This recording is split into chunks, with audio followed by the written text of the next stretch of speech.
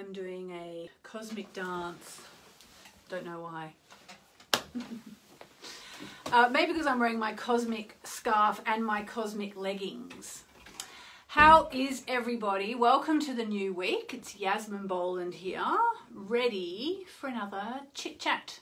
My moon power messages, as we've called them. So what's going on? How was your weekend? Before we get into it, let me tell you what we're going to do today. We're going to talk about why everybody deserves a break. Okay? We're going to talk about gurus, just really briefly.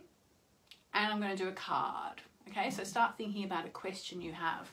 So first of all, before we do any of that, I want to talk about my mother, my amazing mother, Moira, who, if you've been joining me on the Zoom chanting that we do, which about 60 people just joined us, which was amazing. My mum's always on there. She's, we're in London right now and she's in Sydney, which is really, you know, unfortunate at this point. But I see her every day on Zoom. She comes to the chanting and then we have a chat usually, and she does exercises with my son as well. She's 10 times fitter than me, and Louis gets in the kitchen and Bar, as he calls her, goes on the phone and they do exercises together. But anyway, Mum is very interesting person and quite intuitive. And anyway, one thing happened recently. I put on my personal Facebook profile about how you know, on the one hand, lockdown's been great, I've loved it, time with the family, a pause that I so badly needed in my life. But on the other hand, it's like starting to get it, there was a bit of panic rising about when's it ever going to end? And I put on this thing, I feel like it's been one long Saturday, you know, which is kind of a good thing, like a lazy Saturday. And so my mum obviously read this and then started sending me little WhatsApp messages. And what she said effectively in the end was, look, the thing is, Yasmin, you know, we've had, what, 10 weeks of lockdown? I think our family, I think, has been in lockdown for 10 weeks. I think it's 10 weeks since we basically cancelled everything we were doing that weekend and just stayed home. We did a little tiny bit before everyone else. Just because I'm an overprotective Cancerian mother of Maltese descent, which I figure makes me the most overprotective mother in the whole universe. Anyway, so it's been 10 weeks. So Mum said, okay, what about if that was Saturday, the first 10 weeks was Saturday, so now it's Sunday. So now we move to Sunday for this very, very long weekend we're having. You know, and I've been working as hard as ever or harder than ever, so it's not like I haven't been working, but I'll often work on a Saturday or Sunday anyway. So now, here we are on Sunday, the Sunday of the pandemic. So maybe, you know, Mum said to me today on WhatsApp, you know, something about she's now getting herself mentally ready for another month of lockdown. And I think it's really good advice. Like, as usual, Mother knows best. I think it's really good advice. Like, okay, let's just, you know, instead of just sitting here every day thinking, are they going to let us out yet? Are they going to let us out yet? Are they going to let us out yet? You know, think, okay, no, it's Sunday. And I used the first part of lockdown very much to work on myself. And I've been doing the daily chanting, which has been life-changing. I've been doing yoga. I've been going for walks. Eventually, I didn't leave the house for a month when I was just going out in the garden. I'm going for walks. We've had, you know, some new and full moon ceremonies, which have been really powerful for me. Hopefully for you too. I've been doing these messages every day, which have kept me sane. So yeah, so let's all just say we are now at Sunday. And we're settling down, you know, maybe another 10 weeks. And, you know, one thing I said to myself last week was, oh, I wish I'd thought more about looking after myself physically during this cycle, so I could have come out, you know, leaner and stronger and all that. But you know what? We might have another 10 weeks of lockdown. We might, you know, maybe we don't. Maybe we've only got 4 weeks or 5 weeks. I don't know. Astrologically, June looks very much like busting out time, in my opinion. More about that as we get closer. But you know, let's just think, okay, it's Sunday, we're going to have maybe 10 weeks of Sunday, and you know, maybe use that time. So if you're one of the people who, you know, you're thinking, seeing all these people going, oh well, I learned how to play guitar in lockdown, or I learned to speak Italian in lockdown, or you know, I did a veggie garden in lockdown, which actually I've done, just to say. I've got vegetables growing. It's amazing. But, you know, I feel like there's more stuff I could have done, especially physically. And I'm now doing The Prime, which I don't have the book here because I've got it in the kitchen, but it's the book that's all about detoxing. It's an amazing book, The Prime, Prime, easy to find on the internet. You know, so I'm like, okay, well, I didn't come out. I'm not, there's other things I can do in lockdown before it's all done. Okay, so there's that. Now, all that said, because I am, you know, a type A overachiever, obviously, this is also the time to, as it says on today's daily message on my website and on Facebook, it's also time to give ourselves a mother-loving break. You know, like, it doesn't mean I can't look after myself, doesn't mean I can't do the Prime, which is, you know, the first few weeks of the Prime are really easy. You do things like you drink this particular tea that takes like 5 minutes to make, and all you have to do is drink this tea. And what else do? You take this particular thing called Triphala, which is a herbal supplement. And you also do body brushing, which is really interesting. Just before you get in the bath or the shower, you kind of get all your stuff moving and you move it all up to your bits, and you know, so it's easy, it's not hard. So that's another message for today. It's like, it's Sunday, it's Monday, I know it's Monday, but let's say it's the Sunday of the pandemic long weekend, so we can just breathe out and, you know, just relax. I mean, if we've got another, say, 10 weeks of this, then, you know, we got now another week of the waning cycle, and the waning cycle is the time to breathe out. And I need to remember that as much as everyone, because I'm, you know, obviously one of these people that, you know, wants to get up at 6 a.m. and get started on life. So there you go. So I'm not really sure what the point of all that is. I will read your comments afterwards. Maybe you've made sense of what I'm saying. But I suppose on the one hand, you know, for me, it's about stopping being so concerned about when this is over and just settling into the idea, okay, it's Sunday now for 10 weeks and we're just going to relax. And I suppose it's also about, you know, realizing it's not too late if you haven't made the most of the lockdown.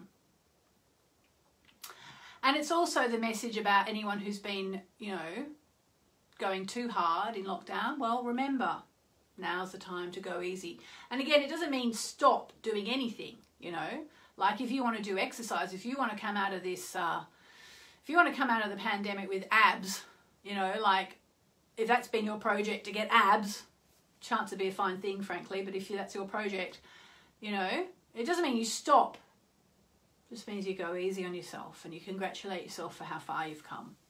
So there's that. So a bit of a ramble there, but I just wanted to say that. What I also really wanted to talk about today was gurus, teachers. And I think the reason why I wanted to talk about this was because today on Facebook I did a post, which is the first one I've ever done really, I think, in 15 years, of going to this particular ashram that I go to in India, the Sri Narayani Peetham in southern India. First time I've ever, I think, put a picture of my teacher, Sri Shakti Narayani Amma, on there. And I haven't done it for any other reason. I haven't not done it for any other reason that I always felt that actually I needed to almost respect Amma's privacy. Sri Shakti Narayani Amma. I needed to respect Narayani Amma's privacy. But I feel like now, with this pandemic, a lot of Amma's message has been going out and out and out into the world. And, you know, I'm doing this chanting every day, which you can sign up for on my events page. It's free, obviously, just get reminders. And there's a reminder every day on the page. And Amma's kind of becoming more visible. So I suppose I felt like, well, it's okay to be talking about Amma. Because the thing is, when you go to the ashram where I go to, you know, you're not allowed to take your camera anywhere. You can't take photos. You can take them in the guest house, but that's it. So you go to this mysterious place in southern India where the most amazing things happen. And if you're someone like me, I mean, I am a born communicator. So I just want to tell everybody what's happening. Oh my God, you can't believe what we did today. We did this amazing ceremony, or we did this chanting, or Amma was charging a yantra or whatever. And I always want to tell everyone, but you can't really, because you can't put into words what happens there. And you aren't allowed to take photos. So today I put this photo of Amma doing one of the things that Amma does, because now these photos are on the internet. I feel like, okay, well, I'm allowed to share them then if they're on the internet, because, you know, obviously they're in the public domain. And I put a picture of Amma there, and I thought, I want to tell people, you know, what this teacher is for me. And I came across Amma about 15 years ago, and I've never understood the whole mysterious thing of this teacher in India. But I can tell you, whenever I have gone to India and spent time at this ashram, it's been not only, I would say, mysterious, I would also say it's utterly unfathomable. I cannot understand it. And it's always, I would say, been utterly life-changing. It's the most mysterious place. And I think, how does this work? You know, how does this work? I'm a natural skeptic. I'm an ex-journalist. I'm like, what's going on here? It's just strange. It's the most miraculous place. Can't tell you more than that. So having a teacher, a guru is, I think it means like bringer of light. You know, and it's just someone who teaches. And Amma teaches in the most gentle way. Amma will do these discourses. Everyone sits around and listens to Amma talking about whatever, karma or mantras or whatever. And on the surface, it seems to be quite a simple message, especially because Amma's first language is not English. So you're listening to Narayani Amma talking, and it just seems like, you know, kind of very interesting, but, you know, kind of a very gentle, simple message. But when you start to go through the layers of what's being said, that's when you start to go, oh my gosh, and you get this mind blown. So it's very interesting. And that is, you know, Amma is one of my teachers here on this planet. I've had lots of teachers, you know, even one of my biggest teachers, guess who? Doreen Virtue.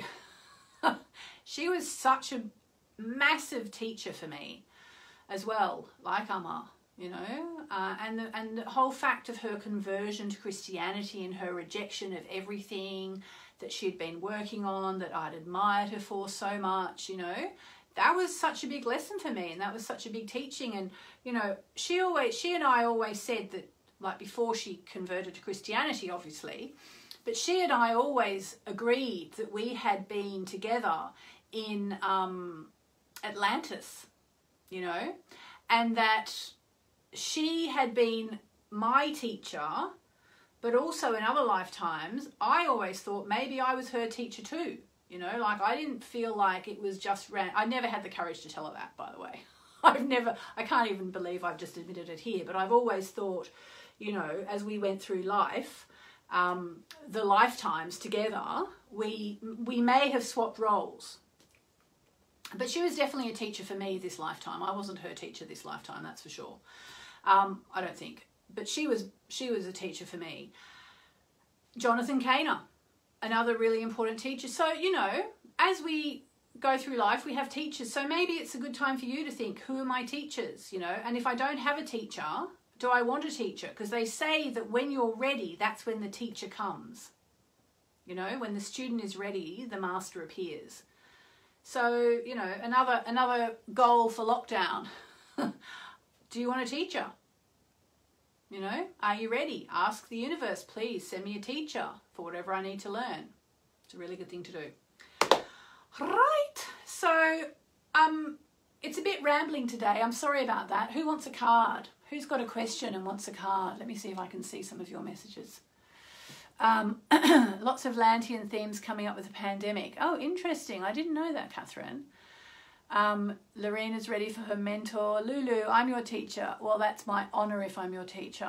Oh, yes, I wanted to say, I had the meeting with Hay House, And guess what? I'm allowed to put in a proposal for Moon Goddess cards. So, because these cards are some of my favourites. These are Doreen Virtue's Goddess Guidance cards. And unfortunately, I guess because of the patriarchal nature of Christianity, the goddess thing doesn't really work for Doreen anymore. And in fact, when we wrote our book, Doreen and I wrote a book called Angel Astrology, as you might know. I just saw your message, Lozel Lorenzo. I've just discovered you. Where have you been all my life? That's a very cute comment. Yeah, so when I wrote Angel Astrology with Doreen, I kind of like got to speak to her in a really kind of rushed meeting when she came off stage after an I Can Do It in Sydney, and I had sort of 2 minutes to quickly pitch my idea to her. She'd had it in writing, but she just obviously wanted to meet me first.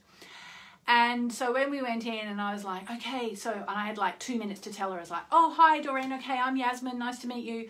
Yeah, I'd really like to do the book about angel astrology. And what about if we include goddesses as well, you know? Because I knew that she'd worked with goddesses, and she had these beautiful cards. And she's like, oh, no, I can't write about goddesses. And I was like, why not? And she said, because my audience is increasingly Christian and goddesses are a deal breaker. And I was like, okay, fine, we won't do goddesses. But goddesses now, I'm still wanting to do goddesses. So I'm going to be writing proposal for these goddess cards, something to replace these, I suppose. Not that they can really be replaced, but they'll have a moon goddesses theme, because there are about 140 moon goddesses, believe it or not. And I've been like studying them on and off for about, I don't know, 13 years. And so I think the time is right to do it. So his card, it's this card. What is it? Woo! Oh, this is beautiful. Right, wow. You know, I think this is a message about me and Doreen. So ask your question, because I know what the card is now. Okay, this is not going to answer your question, Catherine Collins. Stella, Alana is big on goddess cards, yes. Catherine, moon goddesses, that would be amazing. I love the idea of moon goddesses, says Sunny. Can you pick a card for me? Lozel Lorenzo. Everybody loves the idea of moon goddesses, me too. All right. Anyway, I think this is actually a card for me and Doreen, but maybe it will answer your question as well. And it's quite interesting. It says, it's Isolt, undying love. And it says, the love you have shared is eternal, regardless of the situation. And I think that's me and Doreen. I think we've been together over lifetimes. And, you know, like many people, for me, what happened with Doreen was difficult, like really difficult. I mean, you know, I know Radley Valentine, you know, a bit from work, from meeting him at various events and you know, masterminds and so on through Hay House. And, you know, Radley obviously would have suffered when Doreen, you know, did this sudden, unexpected turnaround. And so did so many of her students, you know, like 1 minute she was like this guiding light in our lives. And the next minute she was basically telling us that she was retracting everything she'd ever said. I mean, it's a really sensitive subject. I don't usually talk about it, but isn't that a beautiful card there? I don't know if you can read it. It says, the love you have shared is eternal, regardless of the situation, which makes me think that, you know, I was talking about being with Doreen over lifetimes, and maybe we've got more lifetimes together. So there you go. Oh, Lorena says, my Moonology diary has been a lifesaver. Thank you. Nikki, that makes so much sense. Yeah. Son, I feel sad about her lately. Yeah. Oh, Sam says it answers her question perfectly.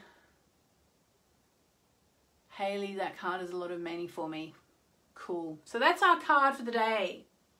The love we share is eternal, regardless of the situation. All right, well, that's it from me today. I'm giving you lots and lots of love. I feel like I've been a bit indiscreet today. But, you know, when you get on these things and you're talking every single day, eventually you're going to say things that you probably shouldn't have. Maybe I've said some stuff I shouldn't have today. I hope you won't judge me. Doreen was my first teacher, but I have my true teacher, yeah. Doreen was the most amazing teacher, and she probably still is to the people she's working with. And it's quite strange what happened, and it's quite sad because she had so much to offer, but we have to respect her choices and wish her well and hope she's happy. And that's exactly what I do. Okay, I'm sending you so much love, and I'll see you back here tomorrow, same time, same place.